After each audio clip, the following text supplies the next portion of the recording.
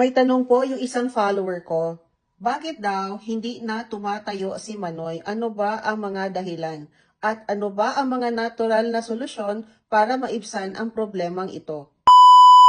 Unang-una po, bago po natin mabigyan ng solusyon yung mga ganyan, kailangan po talaga nating alamin yung pinakadahilan.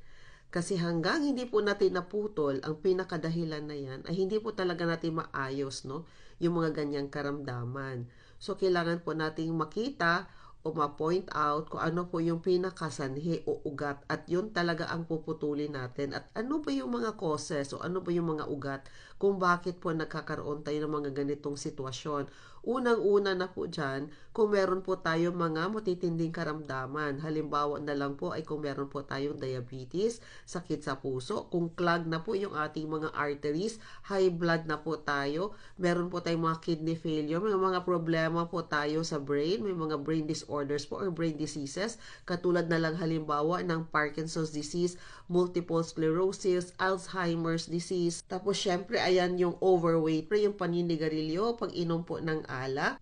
Kung meron po tayong mga surgeries na affected po yan. Kung meron po tayong mga prostate problems, so meron tayong mga prostate cancer.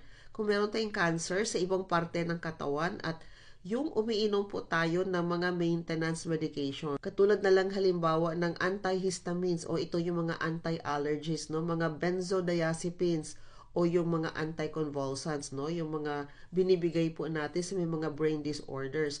Ang mga umiinom po ng mga gamot para sa blood pressure, no? Yung mga beta blockers sa tinatawag po natin at yung mga umiinom po ng mga antidepressant o yung mga gamot, no? Para sa mental health problems.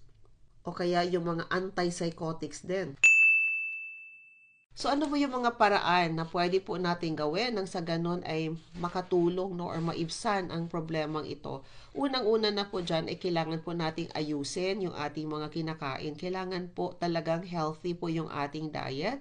Iwasan po natin ang processed carbohydrates nang sa ganun ay hindi po tumaas yung ating blood sugar. Siyempre iwasan po natin lahat ng prito po, yung mga taba na yan. Iwasan po natin lahat ng mga oils na yan. Kung pwede po steam na lang, kung pwede po fresh, nakakainin po natin salads, magju-juice po tayo.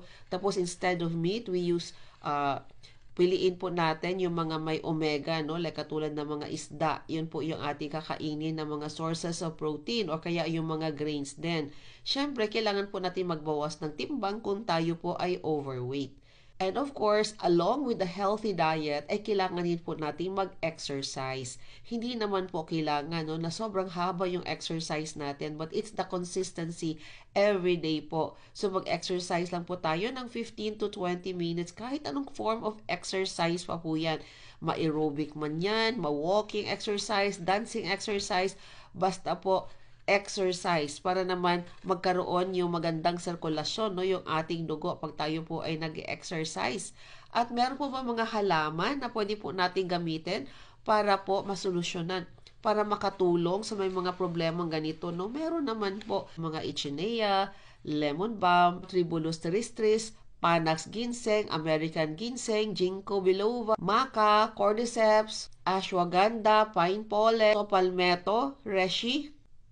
At syempre po, yung balance po, yung minerals po sa ating katawan. So, kaya impahalaga po at importante na yung ating po talagang iniinom na tubig ay meron pong taglay na mga minerals. Pag yung mga causes na yon ay maibsan po natin, so malower po natin ang ating blood sugar, malower po natin yung ating blood pressure, na hindi po tayo halos umiinom ng gamot at nakukuha lang nga po, no, sa diet modification. So kailangan po natin tumigil sa pag-inom ng alak at paninigarilyo. Pag yan po mga measures na yan ay nagawa natin, ay sigurado po na magkakaroon po tayo ng improvement po sa kung anong karamdaman po meron tayo ngayon, including na rin po yung tinatanong po ng akin pong isang follower.